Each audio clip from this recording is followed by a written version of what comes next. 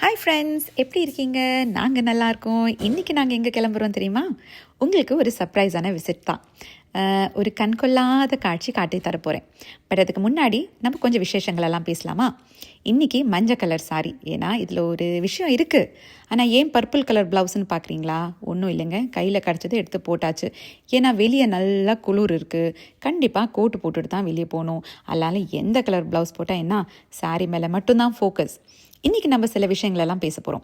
வீட்டிலேருந்து நம்ம போகிற இடம் ஒரு 30 மினிட்ஸ் இருக்குது. ஸோ 30 நிமிஷம் விசேஷம் பேசலாமா? உலகத்திலேயே நம்மளோட பெரிய பிளெஸ்ஸிங் எது தெரியுமாங்க? நமக்காக கடவுள் முன்னாடி போய் நின்று கையெடுத்து கும்பிட்டு வேண்டுறதுக்கான ஒரு மனுஷன் இருக்கிறாங்களா? அதுதான் நம்மளோட பிக்கெஸ்ட் பிளெஸ்ஸிங். எனக்கு அந்த மாதிரி ஒரு பிளெஸ்ஸிங் கண்டிப்பாக எங்கள் அம்மா தான். எங்கள் அம்மா எனக்காக டெய்லி கோயிலுக்கு போயிட்டு சாமி கும்பிடுவாங்க. உங்கள் வாழ்க்கையிலையும் இந்த மாதிரி யாராச்சும் இருந்தாங்கன்னா கண்டிப்பாக கமெண்ட்டில் சொல்லுங்கள். ஏன்னா நமக்காக சாமி கும்பிட்றத விட வேறொருத்தவங்க நமக்காக சாமி கும்பிட்றதோ இல்லை நம்ம வேறொருத்தவங்களுக்காக சாமி கும்பிட்றதோ அது ஒரு பெரிய பெரிய பெரிய பெரிய பிளெஸ்ஸிங். என் குழந்தைங்களுக்காக நான் தான் சாமி கும்பிடுவேன். அதே மாதிரி எனக்காக எங்கள் அம்மா. அந்த மாதிரி நாங்கள் இங்கே ஒரு வாட்ஸ்அப் குரூப் வச்சுருக்கோம் முருகனோடது. நாங்கள் அதில் கூட்டு பிரார்த்தனை எல்லாம் பண்ணுவோம். ஸோ நமக்கு தெரியாதவங்க, நம்மளை தெரியாதவங்க கையெடுத்து கும்பிட்டு நமக்காக வேண்டுறாங்கன்னா அதை விட பெரிய பிளெஸ்ஸிங்கே உலகத்தில் கிடையாதுங்க.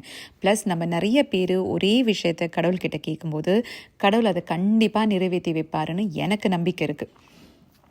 ஸோ இன்னிலேருந்து நல்லா யோசனை பண்ணி நம்ம ஒருத்தரை சூஸ் பண்ணி அவங்களுக்காக நம்ம சாமி கும்பிடலாம். அது யாராக வேணாலும் இருக்கலாம். உங்கள் குழந்தையாக இருக்கலாம், உங்களோட அம்மாவாக இருக்கலாம், அப்பாவாக இருக்கலாம், அண்ணன் தம்பி, இல்லை நீங்கள் உங்களோட ஹஸ்பண்ட் இல்லை ஒய்ஃபாக கூட இருக்கலாம்.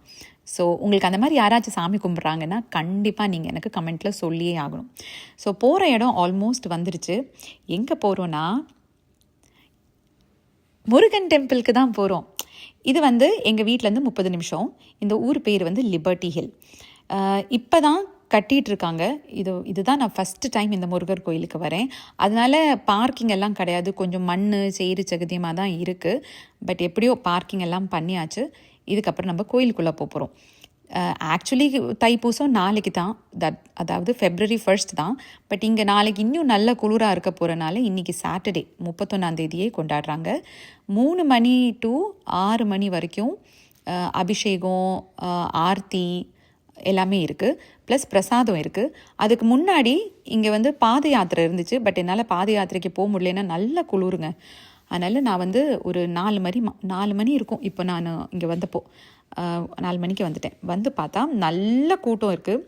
உள்ளே அபிஷேகம் ஆரத்தி பார்க்க முடியாதவங்களுக்கு வெளியே ஒரு டிவி வச்சுருக்காங்க. அங்கே நின்று கூட நம்ம பார்த்துக்கலாம். சூடாக டீ கொடுக்குறாங்க எல்லாத்துக்கும் இந்த குளிருக்கு.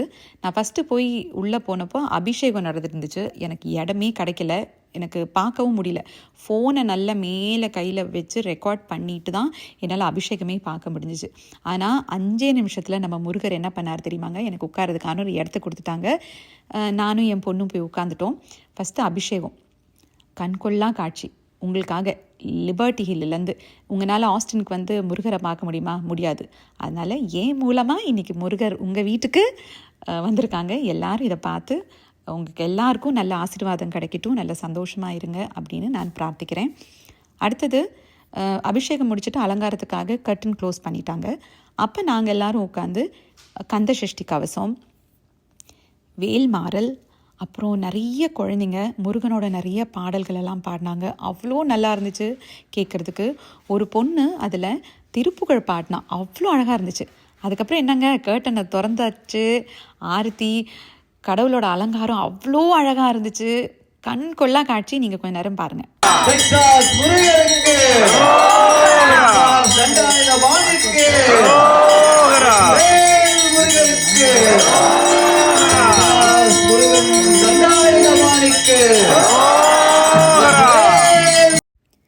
முருகனே அழகுதாங்க. ஆனால் என்னமோ இந்த முருகனுக்கு இன்னும் எக்ஸ்ட்ரா ஸ்பெஷல். பார்த்து சிரிச்சுட்டே இருந்தாருங்க. அவ்வளோ அழகாக இருந்தார் இந்த முருகன். எனக்கே என் கண்ணே பட்டுருச்சு. ரொம்ப சந்தோஷமாக, ரொம்ப பாசிட்டிவாக, ரொம்ப ஹாப்பியாக இந்த கோயிலேருந்து நான் இன்றைக்கி திரும்பி வந்திருக்கேன். ஸோ உங்ககிட்ட ஒரு முக்கியமான விஷயம் இன்னொன்று ஷேர் பண்ணணுன்னு ரொம்ப ஆசை. அது என்னன்னா, முருகனை நம்ம கும்பிட்றதுக்கு ஆரம்பிக்கிறோன்னா அப்போவே நம்ம கர்ம வினைகளெல்லாம் கம்மி ஆகுது இல்லை பூர்த்தி ஆகுதுன்னு தான் அதுக்கு அர்த்தம். ஏன்னா ஹிந்துயிசம்ன்றது ரொம்ப பியூட்டிஃபுல்லான ஒரு ரிலீஜன். நீங்கள் பார்த்தீங்கன்னா நம்ம வந்து எல்லா சாமியையும் கும்பிடலாம்.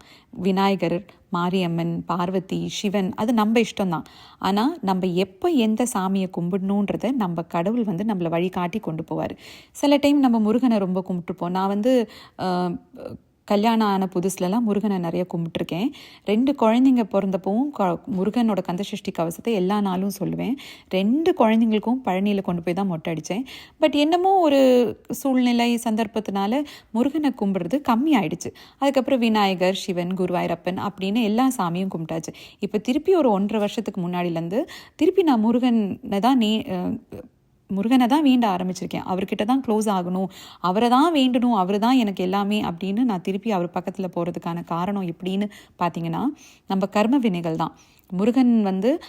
முருகனை கும்பிடுறதே அவர் நினச்சா மட்டும்தான் நம்மளால முடியும். அவரோட பேரை நம்ம வாயால் சொல்லணுன்னாலே அது அவர் ஃபஸ்ட்டு நினைக்கணும்.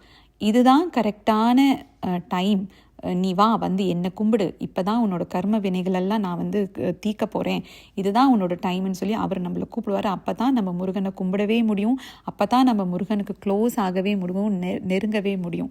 இப்போ நான் ஒரு 1.5 வருஷமாக வேல்மாறல் எவ்ரிடேங்க, காலையிலையும் சாயங்காலமும் கேட்டுருவேன். கண்டிப்பாக பாடுறதுமே மேக்ஸிமம் 90% ஆஃப் த டைம் பாடிடுவேன். நீங்களும் முருகனை கும்பிடுங்க. ஏன்னா கலியுகத்து வர்தன் அவர்னால மட்டும்தான் நம்மளோட கஷ்டங்கள்லேருந்தெல்லாம் நமக்கு வந்து ஒரு விடுதலை தர முடியும். நமக்கு ரொம்ப மனசு கஷ்டம் இருக்குன்னா நீங்கள் கண்டிப்பாக முருகனை வேண்டி பாருங்கள், உங்களுக்கு நல்ல ஒரு பலன் கிடைக்கும். இந்த வீடியோவை பார்க்குற எல்லாத்துக்கும் இந்த தைப்பூசத்துக்கு அப்புறம் எல்லாம் நல்லதே நடக்கட்டும், எல்லா பிரச்சனைகளும் முடியட்டும்ன்ட்டு நான் வேண்டிக்கிறேன். அந்த கோயிலில் இருந்தப்போ எனக்கு வேல்மாறல் புக்கு வேற கிடச்சிச்சுங்க. அதுவே எனக்கு ஒரு பிக் சைன். எனக்கு அவ்வளோ சந்தோஷம்.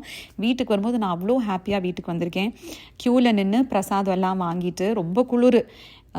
அதுக்கப்புறம் டீ எல்லாம் கிடச்சிச்சு. நல்ல டீ எல்லாம் குடிச்சிட்டு காரில் ஏறி வர வழியெல்லாம் ரொம்ப இருட்டு. ஏன்னா இந்த கோயில் கொஞ்சம் இன்டீரியரில் தான் இருக்குது.